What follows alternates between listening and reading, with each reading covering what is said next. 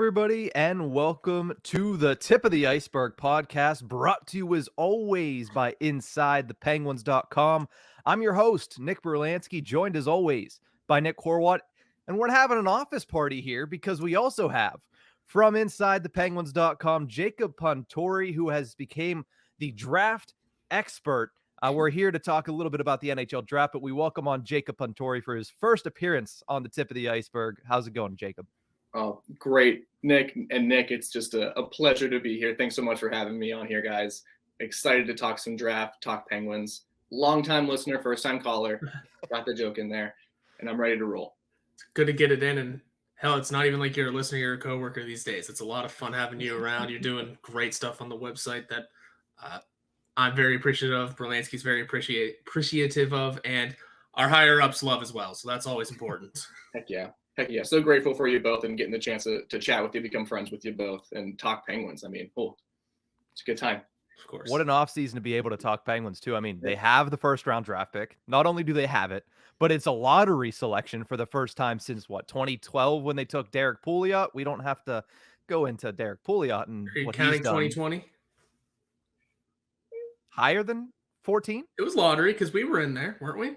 Yeah, but we traded it. Still Didn't take the selection. It was 15th overall, and it was Rodion Amirov, and that pick was actually drafted by Kyle Dubas. So, there you go. Full circle moment. At least Kyle Dubas is drafted in the lottery in the past 3 seasons, but the NHL draft is 8 days away, and the Penguins, like we mentioned, have the 14th overall selection. Jacob, I know there's a lot of forwards in this first round draft class. I know that it is littered with talented forwards, fun forwards to watch, and the Pittsburgh Penguins, let's face it, they're probably in a position where they need to take best player available because they really don't have anybody. But there's a name on defense that really caught my eye and has really shot up the board, and that's Axel Sandin Pellikka out of Sweden. What is it about his game that caused him to jump so much in draft positioning this year? Oh, I mean, it's simple. He is the most elite skater of the defensive class by far. He is a beast with the puck. He is a one-man transition, and he has the most offensive upside potential. When I watched him, I instantly think of someone in-house, Chris Letang. Suddenly a right-handed defenseman who can just be a one-man breakout. He can quarterback your power play. And when you look at Sandin Pellikka, you see all of those traits and more. He just has sky-high potential. And there's a lot of other defensive prospects in this class that seem like they have a lower floor, but maybe a lower ceiling as well. And there's just so much intrigue with Sandin Pellikka's game that I think all these organizations are kind of chomping at the bit to get their hands on him. Yeah, as the time has gone on, I've noticed his name has kind of slowly risen up most draft boards, much as, as Matvei Michkov slips. I mean, we're not going to really discuss him because that is kind of a dream, but you just never know. But I'm interested in his plus the name Axel Sandin Pellikka. I'm never ever going to get it right. But yeah, no, the stuff you wrote about him is quite impressive. And honestly, it took me a minute to realize he was a defenseman whenever I was reading through it. Absolutely. That's how offensively impressive he is. Mm-hmm. Yeah, and when you watch him play, there's times where he seems like a forward. He wants to be in on the attack. He's often deep in the zone. He loves to be a part of the forwards breaking out. But yeah, I mean, he is just so exciting. And I think there's, unfortunately, some teams in front of Pittsburgh that are very defensively needy right now. I think of teams like Buffalo and Detroit who really want to add to those defensive prospects. And I think they really idolize that speed as well. Similarly, how Dubas and Sullivan have been trying to say, we want to build prospects that are NHL speed, play that game system, that 2016, 2017 Cup run style. And I think Sandin Pellikka fits perfectly into an organization that wants to play a fast game. So yeah, I wouldn't be surprised if he goes top 10, but I think if he's there at 14 and the Penguins are hanging on to that pick still, you got to think really hard about passing on him because he's just so talented. Yeah, and a lot of this is also based on if the Penguins decide to keep the pick, which we know is rare, but Braden Yeager is a name that's he's popped up a couple of times around the Penguins and is pretty much slated to go 14, it seems. What kind of talent does he bring to a team if and when he gets the NHL call? And I'm going to throw in a Nate Danielson to this one as well. Yeah, absolutely. I think those two guys are really the comparison, because when you look at Jaeger, and it seems like the Penguins are at least very interested in him. They took him out to dinner during the combine. They took some time to talk one-on-one with him. They are clearly intrigued. And the thing about Jaeger is he has a two-way game that just fits the NHL. Like, he's not going to be a liability defensively. If anything, he will excel. And if that scoring touch that took a dip this past season, he went from, I think, 30 some goals to only 27 this past season. If that offensive dip continues, you know he's going to be a bottom six contributor. You know he's going to be able to play penalty killing minutes. He'll be able to eat those special situations for sure. But then there's a lot of offensive upside there too. He has a lethal release. He certainly has 20 goal potential. You just want to see him improve that offensive part of his game next year as well. But besides that, he feels like he's not very far away from the NHL. Maybe 2 more seasons. And then you look at Danielson as well, and I think he's also one of the most NHL-ready prospects. He's 6'2", he's 200 pounds, he's ready to handle the rigor of the NHL. He's responsible in his own zone, and he played on a very, very bad Brandon team in the WHL, and he led that team in scoring, and he was just the engine that drove that team. So you look at him and you think of the Penguins, they need help, especially center help. They need guys who maybe could play before Crosby and Malkin are fully out of their prime. I mean, not out of their prime, but out of their ability to be productive. And you think of Danielson, I think I lean towards him if I'm picking between Danielson and Jaeger. But I think either way, you're looking at a guy who's going to be a third line center for sure, second line center potential for sure. Yeah, Braden Yeager, when everybody's talked about him and the profile that you wrote up on him, I was watching and I was like, man, best player on a bad team certainly sounds like Owen Pickering. Like, certainly sounds like what Owen Pickering was for the Swift Current Broncos when the Penguins picked him last season. But no, the intrigue is certainly there, like you mentioned. And honestly, when it comes to 14th overall, he's being mocked a little higher in some mocks that I've seen. He's being mocked a little bit lower. So it seems like 14 is the nice median for a lot of different mock drafts. So I would not be shocked to see if they keep the pick, which again, Horwat has mentioned is a big if with an asterisk next to it and maybe a spot of coffee on it. But Braden Yeager seems like he would be like one of the likely names that the Penguins have on their draft board is somebody that they would take at number 14. But you mentioned something there that's vastly important to me when looking at this draft class. Everybody's talking about, yes, it's one of the best draft classes we've seen in a long time. The Pittsburgh Penguins, though, are in obvious need of prospects across the board. However, with the window beginning to close on this current core, which first-round prospect around the Penguins' range is closest to being NHL ready, in your opinion? Obviously, this is the NHL draft. It's not the NFL draft. It's not the NBA draft. These guys aren't going to come into camp this fall and win a spot right away. But which one do you think is far enough in their progression that you could say it's maybe like an Anton Lundell, 1 year getting ready, next year coming up and already playing at least quarter of a season?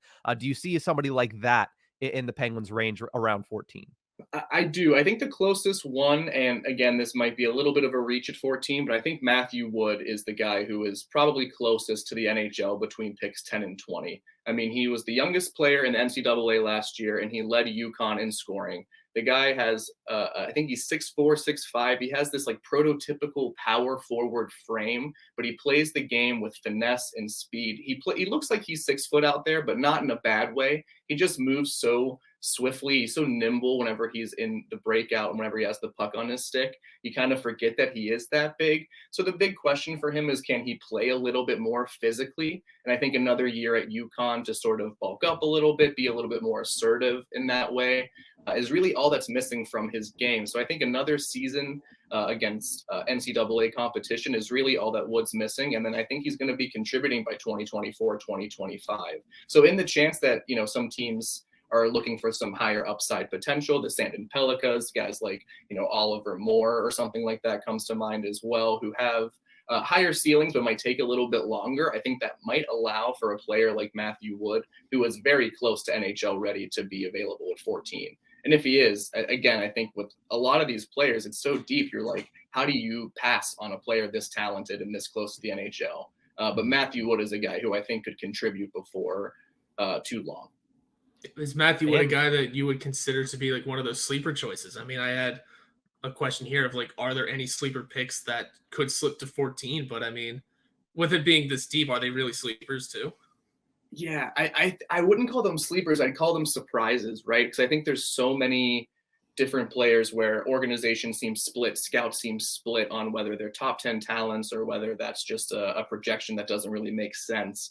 So I think it's not necessarily a sleeper, but I think it would be a surprise if Matthew Wood dropped out of the top 10, especially when you are so productive in the NCAA.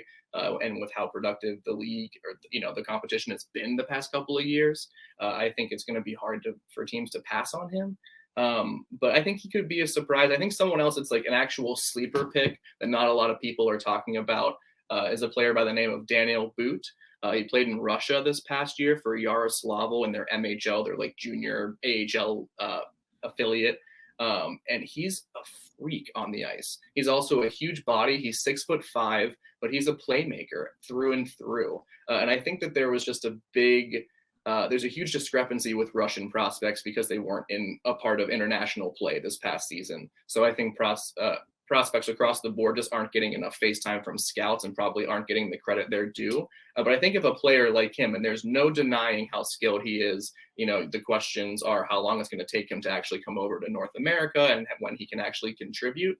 But I think there are some players like that are just going to be overlooked and will drop further than they should because of just the lack of access to the players. I was reading your profile on Samuel Honzek. Am I saying that correctly? Honzek? Yeah. Mm-hmm. Yeah, on Samuel Honzek. I was just reading it yesterday, and it seems like he's almost like a jack of all trades. You mentioned that he can play power play. He loves to play on the penalty kill. He's a net front guy, which the Pittsburgh Penguins sorely need more of those guys that can finish in front of the net. However, I've seen him ranked as low as 22 on elite prospects. Would it be a reach for them to take him at 14, or do you think it would be smarter for them to try to trade back like Kyle Dubas? We've seen him in the past like to do that, as Horwat has mentioned to me multiple times. But do you think it would be smarter for them to try to trade back for them, or do you think that Honzek at 14 would actually be a good pick? I think if Honzek's their guy, they probably could move back a couple of spots. I think of organizations like maybe like Winnipeg or Chicago at those picks 18 or 19 who want to add another power forward or someone like that. So I really see him as like a 15 to 20 going in that range. So I think they maybe could, get an extra asset if they move back a couple of picks, if Honzek's their guy. But he is a jack of all trades. I love that term there. I think he really he can play center. He might end up being a wing when he makes it to the NHL level, but he's can do it all. He had a little bit of an injury plagued season in Vancouver this past season, so it kind of stifled him a little bit. But I mean, he's got it all. He's just I think he would be a great addition to the Penguins system, but I wouldn't love him at 14. Yeah, and that makes sense too because like Brlansky just mentioned, and now like how everybody has mentioned, Kyle Dubas is big on the trading back in the draft for extra picks. And with the Penguins only having 6 picks in 7 rounds this year, that might be a decent tactic to deploy here.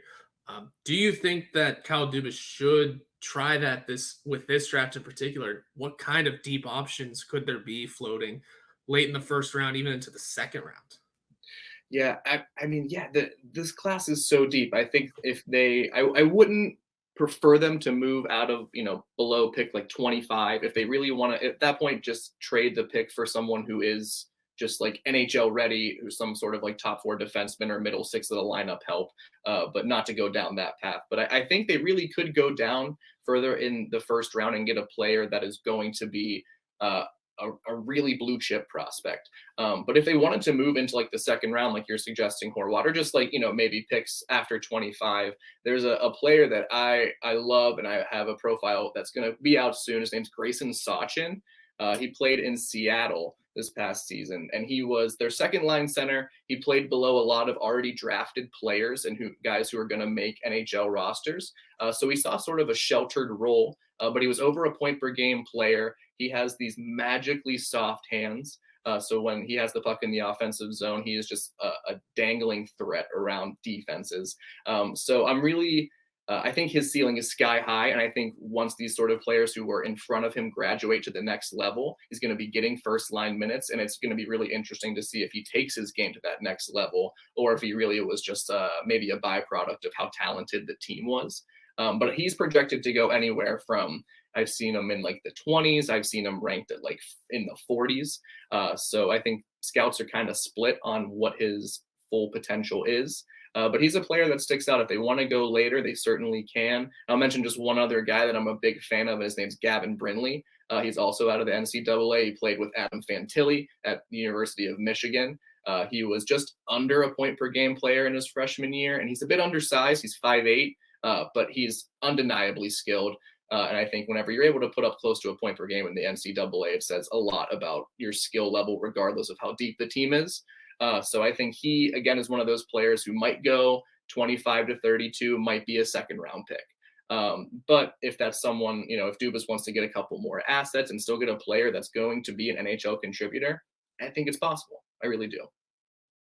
Now, obviously, you've put in a lot of man hours. You've put in a lot of work watching all of these prospects, and it would hurt to see the Pittsburgh Penguins trade out of the first round and, like you mentioned, get somebody for their team. Now, obviously, it'd be nice to see them grab somebody for the team next season, but do you think, and this is now just purely opinion, obviously, do you think that Kyle Dubas ends up taking a selection at 14, or do you think he trades out of it?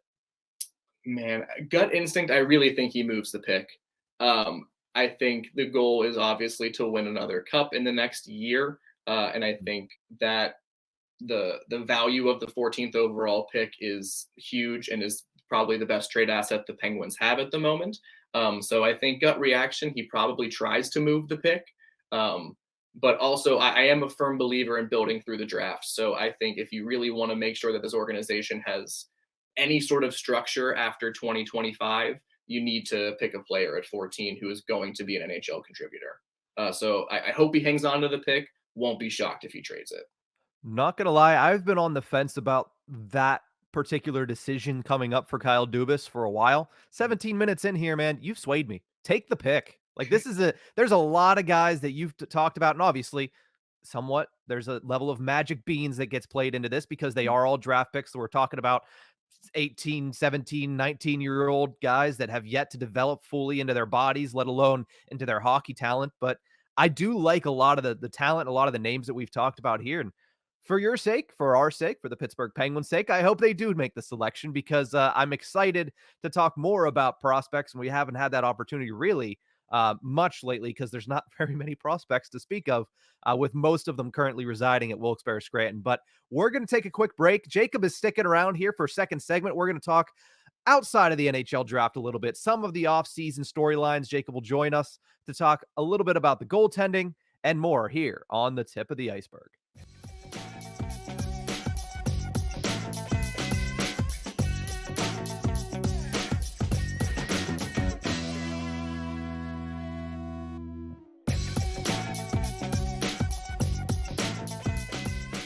Welcome back to the Tip of the Ice-Burgh podcast, brought to you as always by Inside the Penguins, as we have our website summit here on the show today. We have Nick Horwat as always, as well as me, Nick Brlansky, but we're joined by Jacob Punturi, who just broke down so many of the prospects that could go in the first round of the 2023 NHL Draft, which is only 8 days away.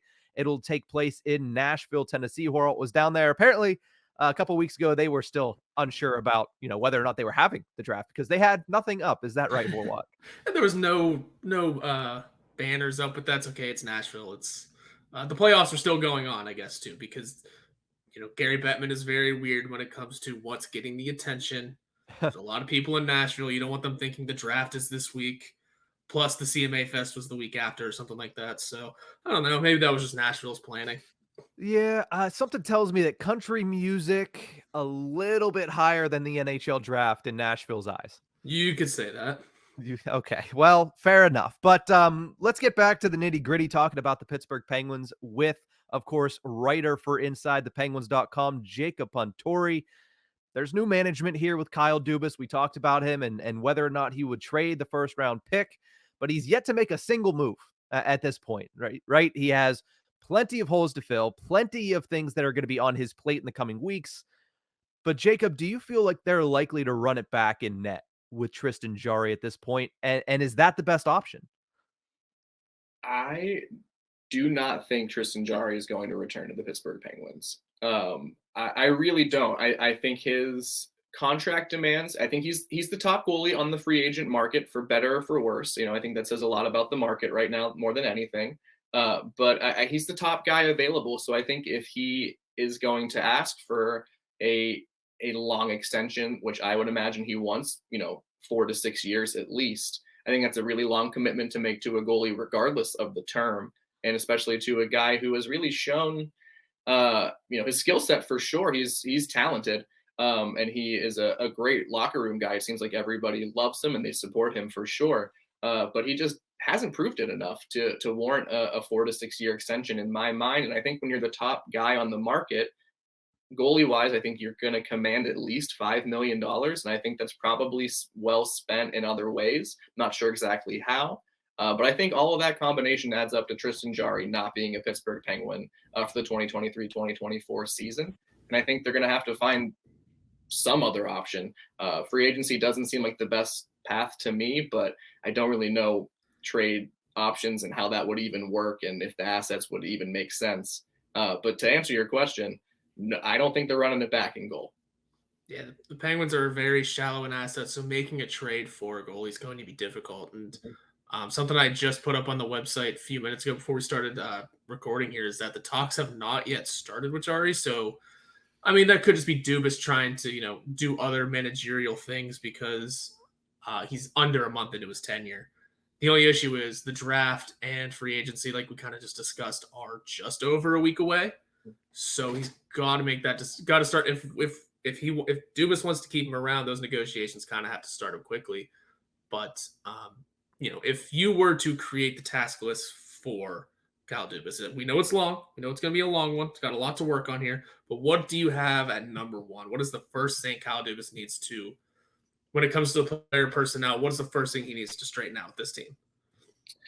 I think priority number one, and it's been the same priority for the last calendar year, is figuring out a third line center. They just have no bottom six stability in any sort of way. I love Ryan Poehling and Drew O'Connor. I think that they really can be contributors in bottom six roles, but you don't build your third and fourth lines around those guys. Those are complementary pieces.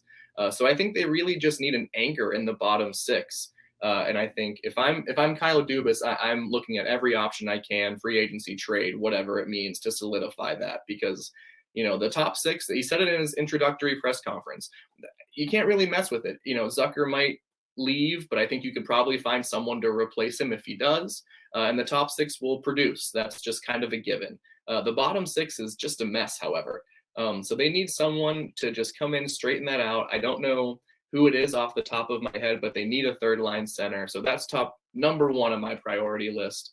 And then number two is you have to figure out how to get rid of your two worst contracts, which to me are Jeff Petrie and Michael Granlund. And that's no disrespect to the players. I bet they're great people. They certainly have produced in ways. Petrie wasn't terrible. He's just not a $6.25 million defenseman, at least not for the Penguins. And Michael Granlund is not a third line anchor, and he's probably not a solid second line left winger for Evgeny Malkin. So I think you have to find ways to, I don't think buyout's the best option for a team that just needs every cap dollar it can get going forward. I don't think the cap savings are necessarily worth it, but I think you just got to figure out a way to get rid of at least one of those contracts. Allow yourself some more space for this offseason. And then again, I think it contributes to building your bottom six, because depth is probably the only way that this team can win, in my opinion, another Stanley Cup. Because they need pieces behind Sid and Gino to support for not only an 82-game season, but a playoff push. And I don't think it would be fair to put that all on the top two lines to take care of. Yeah, we saw exactly what happens when you don't build behind Crosby and Gino last season. I mean, Crosby and Evgeny Malkin and Jake Gensel and Ricard Raquel and, Jason Zucker as well. They all had great seasons. I mean, you could add Chris Letang to that list after he came back from his injury. And of course, the slew of other personal issues that he had last season. He was really good for the majority of the back half of the season, but it was just, that was it. There was nobody else there, and they missed the postseason. So, yeah, I echo 100% of the sentiment that you just said, that you need to build, especially in the bottom six. Kyle Dubas, like you mentioned, said it in his introductory press conference. You can't get any more obvious than that whenever the new president of hockey operations, in his first 30 minutes of being on the job, says, yeah, we need to build around these guys better because that was not good enough last year. And something that you mentioned in that answer, too, that I wanted to talk about briefly, doesn't look like Jason Zucker is going to be signed before the opening of free agency. At least to me, it doesn't. I mean, that's 11 days away. We haven't heard murmurs of really anything other than what Horwat just mentioned, that they haven't started talking to Tristan Jarry. That's about the only player personnel we've heard of. And it's not even news about them talking to somebody. It's news about them not talking to somebody. So it seems as if Jason Zucker, at the very least, will at least enter the open market on July 1st. With his roster spot vacated, though, who is somebody you would like to see the Penguins target for that second line role, maybe even a bumper role between the second and third lines? Yeah, absolutely. I think your article, Brlansky, and when you touched on him, Penguins to go, about Bertuzzi, I think is like not only a splash signing, but a guy who just might make sense on the second line. I think you got to hope that because he had somewhat of a down season statistically, that maybe you can get him to take a little bit of a salary reduction, but he's also probably the most sought after left wing on the open market. So I think you're going to get into some sort of bidding war. But another option that I really think the Penguins should look into is Pierre Engvall. And I think not only does he have a connection to Kyle Dubas, he traded him last year to the Islanders, but he knows him very well. But Engvall had, I think it was 17 goals last year, and he had 9 points in 18 games with the Islanders after he was traded. And they found some success with him when they put him in a top six role. And you look at Engvall, and I think a lot of players or a lot of people just think he's just like a very big body, but he's an incredibly fast skater, and that's absolutely his best skill. And the Penguins need skaters. So I think if they get a 17-goal guy who can maybe fluctuate between a second and third line, like you're saying, Brlansky, might cost them a little bit less. I see a player like Engvall who could be an option. I think the Islanders are pushing very hard. Everything I'm reading is that they really want to extend him. So he might not be available on July 1. But if he is, I think he would make a lot of sense for the Penguins' needs. We just need Kyle Dubas to tamper a little bit. Just be like, hey, I'm just next to my buddy Pierre. We were close in Toronto. We had to grab a cup of coffee. We didn't talk business. I promise. Just light conversation. That's all. Yeah, I'm sure Lou Lamoriello wouldn't see through that at all. No. Him and Spencer both just paying for some coffees. It is what it is. And I'll finish this off by asking a question that we brought up last week. And you don't have to go into a ton of detail on this, but can the Penguins straight up be a contender again this upcoming season? Yes, I think they can be. Do I think they will be? Not right now. I have not seen enough to think that they are Stanley Cup contenders going into the season. But I mean, this is all kind of, the precursor to what will inform those decisions, right? So, at the end of June, they don't look anywhere close to being back in Stanley Cup contention for the 23-24 season.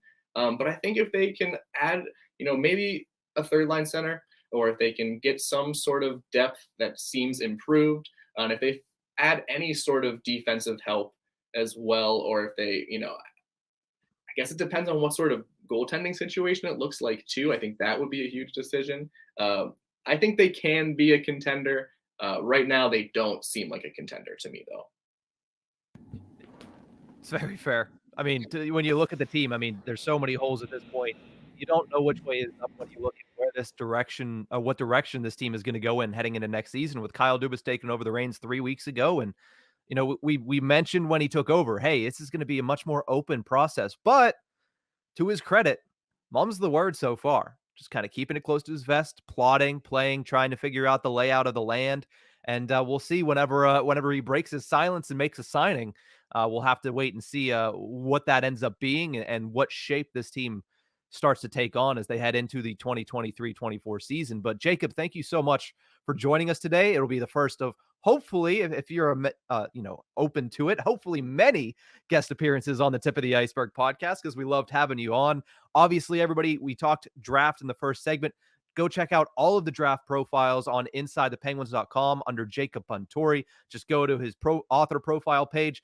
They're all under there. And it is great stuff if you're getting ready for the NHL draft here in 8 days. But Jake, I'm going to open up the floor to you. What do you have coming out soon, or what are some things that people can look for on InsideThePenguins.com? Yeah, I mean, you'll just see a couple more draft profiles leading up to the actual draft in 8 days, and then you'll see some reactions to the draft one way or the other from me. And then after that, I think you'll get some heavy opinions on whatever their free agency deals are. So yeah, check out my author page, and then yeah, I'm down to come on whenever you guys will have me. It's been a blast chatting with you. So just let me know when you want me to come back, and I'll bug you some more. That's what we wanted to hear, Jacob. Thank you so much. Again, you can follow him on Twitter at Jake_Atsby, and we will be back on this episode of The Tip of the Ice-Burgh.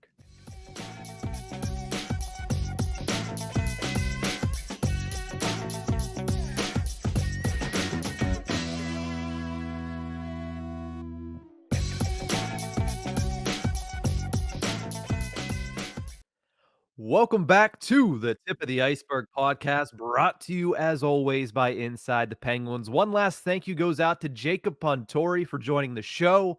Obviously, phenomenal insight on the NHL draft and a lot of the prospects that could be floating around the Pittsburgh Penguins at 14th overall. Much more insight that I could offer personally on the prospects. It is an art form to watching these guys and being able to get these profiles out. And again, I said it so many times during the interview, I strongly suggest if you want to get caught up on any prospects that you're getting ready, you're hearing that are going to be around the Pittsburgh Penguins selection, check out Jacob's work on Inside the Penguins.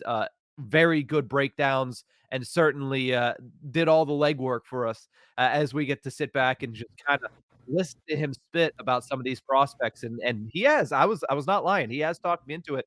I want them to take the 14th overall selection. Trade a first round pick, sure. Do it next year. It's always fun whenever we get a first round pick, right? It's kind of always interesting to now all of a sudden It's rare. Yeah, it's rare, and then you get to keep an eye on it. Like we don't talk much about Owen Pickering, but like we know his possibilities. We know what could become of him. The same thing happened with Kasperi Kapanen at first, and then we traded him, and then things went south from there, and then north from there, and then south again. We know how all that went. It's a ton of fun seeing this, and Jake has been doing a phenomenal job. We haven't fed him any names. I've fed him a couple. I fed him the one goalie just because I figured goalie's kind of a hot topic. Drafting a goalie would be an even hotter topic. And I did feed him the Matvei Michkov one just because, you know what? He's slipping on boards. He's not going to slip to 14. I'll tell you what. He's not slipping past 8. Who's sitting at number 8? Ted Leonsis and the Washington Capitals. Yeah. There's not a chance that if he gets to 8, that the Capitals aren't going to take this guy. Because let's be fair. I don't know much about prospects. I haven't watched a lot of these guys. I've watched the top 5. Yeah. I've watched the top 5. And Matvei Michkov, he's not Connor Bedard. Let's get that out in the open right now. Connor Bedard is the pure number 1. There's no doubt about it. It's not last year with Shane Wright dropping and it's not that. Connor Bedard is that guy. Yeah, Matvei Michkov is number 2 when it comes to talent. If it wasn't for obviously where he's playing in Russia, the contract that he has with his Russian team, the complications and potentially getting him over, Matvei Michkov would go number 2 in a heartbeat to the Anaheim Ducks. But I think he goes at 8 at the lowest. But I also could see him going to the Arizona Coyotes. I believe they're at number 6. Yeah, there's a couple of teams that definitely should consider taking him. And, the Coyotes are tragic enough that if he doesn't come over, it'd just be another notch in the bedpost for them. Like here we go again. The thing about Michkov though is that everything's so up in the air. No one really knows who he's talking to, who he wants to talk to. But I just kind of threw it out there as if he slips, that's a possibility. You never know. Jacob's done a. What was that? Sorry, just one last thing about Michkov. What's interesting too about him is Elliot Friedman of 32 Thoughts said that it was difficult to get a hold of him. Yeah. Even when scouts would go over there and try to talk to him, it was difficult to get him to sit down and talk, which gives me Jaromir Jagr vibes. Like, is there a team that Matvei Michkov wants to go to? Like, that's the vibes it gives me. Because if anybody remembers, of course, Jaromir Jagr went 5th overall to the Pittsburgh Penguins in the 1990 NHL draft. And he basically did it by telling 1 through 4, hey, I'm not going to come over to the United States to play. Like, you can draft me, but I'm not coming over to play. So they didn't draft him. And he told the Pittsburgh Penguins, I'll be over right away. So, it's not tampering because it's the prospect that decides to do that. I don't know how well that would fly in today's NHL. I don't think it would. But Matvei Michkov, it gives me somewhat Jaromir Jagr vibes in the fact that, it's hard to get a hold of the kid. And it's certainly something that it's not a question of his talent, but a question of his ability, or not ability, his availability to these NHL teams and their organizations. Yeah, it's a lot of things are up in the air with Michkov, and hey, you know what? A team will be better with him on their in their lineup. So there's that. He would immediately be the best prospect in the Penguin system. Yeah. I know it's not saying much, but he would. Yeah. And when it comes to Jacob and his writings, it's all been great stuff. Like I said, we haven't fed him any names. He's just kind of gone out there and found them and discussed them. And gone into great depth and detail on these guys. And it's been a ton of fun, reading through them during editing and then getting them up. And at this point, even I'm really excited to see what happens next week over in Nashville. Yeah, it's crazy that it's only 8 days away. Like, the Penguins have literally not made a single move this offseason. Oh, sorry. Alex Nylander. That's player-wise, yeah. And that's it. And then, obviously Kyle Dubas, and you understand that they weren't going to make a lot of moves before he was hired, but man, they haven't talked to Tristan Jarry? Like, what? Come on now. Yeah, I mean, who knows what Kyle Dubas is doing? Probably just trying to straighten out a lot with what needs to happen. He did go attend the combine with the scouting department to kind of get a grasp and the feel of how our professional or how the Penguins amateur scouts work, how they do their process, who they're taking out to dinners, who they are talking with at the combine, who they might have an eye on the draft at the draft. I mean, not talking to him though. I mean, it's also maybe part of Kyle Dubas said there will pretty much be no stone unturned when it comes to goalies. We'll look at in-house options. We'll look at trades. We'll look at free agency. We'll look at everything. And maybe they just haven't gotten around to it yet. My assumption then also falls up to maybe that also means Zucker hasn't been talked to yet. Probably. Pierre LeBrun in The Athletic did say that the Jarry part should change this week, though. I would hope so, assume. Considering free agency is... At least have the discussions. Yeah, at least figure out. He's at least going to do that. Like, he's not going to sit there and say, Tristan, we'll talk to you after July 1st. We have a draft to prepare for. That's not, that's how you do it. That nobody does it that way, right? Like, that's not the way to do business. But regardless, you saying that during that interview, and also something that Jacob said kind of threw up a light bulb for me when he said, Tristan Jarry, he's the top guy on the market this year, and whether he deserves it or not, that means he's probably going to get overpaid if he goes outside of Pittsburgh, or maybe the ask is an overpay just because he knows he's the top guy on the market. Sounds to me a lot like Jack Campbell last year. Mm-hmm. So then you look at it and say, Kyle Dubas, again, track record here. The guy is the top guy on the market. He's not willing to overpay for that guy just because he's the top guy available on the market. And Kyle Dubas burnt it down, said, let's rebuild, got Samsonov, and he got Matt Murray. And listen, Matt Murray is Matt Murray. Let's not get Matt Murray. That's not what I'm saying. Ilya Samsonov was one of the better goaltenders of the NHL last season. Mm-hmm. Who is that guy on the market this year that people are saying, kind of down on him? He's not really a starter, but the Penguins could go swoop in, take, and, get at a better deal and eventually see him pay off. I mean, listen, it's not a given that it's going to happen every year, but there is that guy out there. I do believe there is that guy out there. I don't think it's an Aiden Hill. I think the heat is too high for him because the price is going to be up. You're paying a cup tax, especially for a guy that literally played some of the best goaltending we've seen en route to a Stanley Cup. So it's interesting that you saying Tristan Jarry has yet to speak as of this moment when we record, has yet to really get into negotiations with Kyle Dubas and the Pittsburgh Penguins, and Jacob saying, listen, he's the top guy on the market, so he's going to ask for top guy on the market prices. And it just threw a light bulb up that, man, is that not Jack Campbell's scenario from last season? Yeah, it's the Frank Cervalli projections from Daily Faceoff have him at 4 years, $4.8 million. the early discussions, I think with the Hextall regime, at least, if I'm remembering, I think the term started at 5. It was 5 to 6. I think 5 was the first number that came out, and then we heard towards the end of the season that he was looking for 6. Through, I believe, Friedman reported that from 32 Yeesh. Thoughts. Yeah, Which, it's yeah, honestly, in this league where there's very little number one goaltenders, you really want to sign a guy for 6 years? yeah, especially with the season he just had. I mean, those talks may have happened with Hextall before, like maybe during that winning streak he went on in like November. I mean, but everything that's happened since, you can't give him that kind of term. No, So you it's can't. going to be interesting to see where they go with Tristan Jarry here. And when it comes to this goalie that you're thinking maybe the Samsonov type, or maybe not, people aren't too high on him, maybe he can't be a starter anymore. There's not many names that can do that. My head keeps going to Frederik Andersen, but then immediately turns into exactly what you said on this show a few weeks ago. He's Tristan Jarry, but older. And you're right. The only other name that maybe can do that I'm kind of seeing, if I'm not just missing other names, and this is a huge maybe because I'm still not high on it either. Warren Brlansky, maybe. It's also hard to pick a Vegas goalie because there was 5 of them and they all did well, right? Yeah. So it's hard to really pick a Vegas goalie in that situation too. The Penguins, Kyle Dubas and the Penguins got to really figure something out here with their goalie. A name that, it's not one for one because Samsonov did find a lot more success in Washington than this player did in his previous team, and he's an RFA, so I'm not sure that the New Jersey Devils would be amenable to actually allowing him to walk.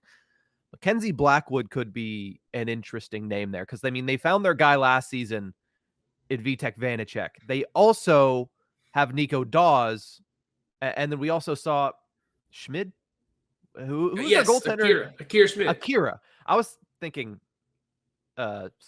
somebody else, but Akira Schmid was the story of the first round of the playoffs. So where does Mackenzie Blackwood fit into that? I mean, he made $2.8 million last year. He certainly has not had the track record in the NHL, certainly not the one that Ilya Samsonov has had, but he did have a lot of the intangibles, and there was a lot of promise with Mackenzie Blackwood. Maybe a change of scenery gets the job done for him, but I would think if you bring in a guy like that, it's the same thing as the Toronto Maple Leafs last season. You have to go out and bring somebody else in as a backup plan. Matt Murray was the backup plan in Toronto last season. If he would have stayed healthy, it might have been a decent backup plan, but that's just Matt Murray's career. Who's your backup plan on the free agent market now? Because it can't be Casey DeSmith again. I know I've said in the past that if you don't bring back Tristan Jarry, Casey DeSmith probably stays at $1.8 million for one more year. But if you bring in a guy like Mackenzie Blackwood, you probably need to go find somebody else as well. I don't know if that's a Alex Nedeljkovic. I don't know if that's a veteran like Anton Hudobin. There's a lot of different ways that Kyle Dubas could go with his goaltending situation.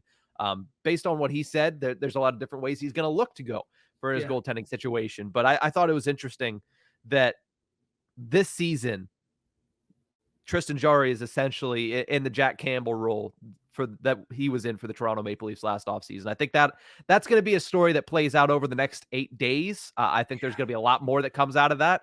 And it's certainly going to be an interesting one to keep an eye on, one that we're probably going to end up talking about pretty often on this show. Yeah, and it's going to be fun watching. I mean, it doesn't help that every name you're listing off here, I'm just cringing at. You're listing off there's question marks about everybody. There's question marks about everybody at this point. I mean, I just look at this list still. It's Jonathan Quick, Semyon Varlamov. He might actually re-sign in New York, which is interesting. Frederik Andersen, Jonathan Bernier, Cam Talbot, gross. There's Tristan Jarry. Then there's Anton Khudobin, old, probably retiring. Nedeljkovic. I don't need to go on another victory lap with him. Brlansky, I just mentioned. James Reimer, Mike Smith, retired.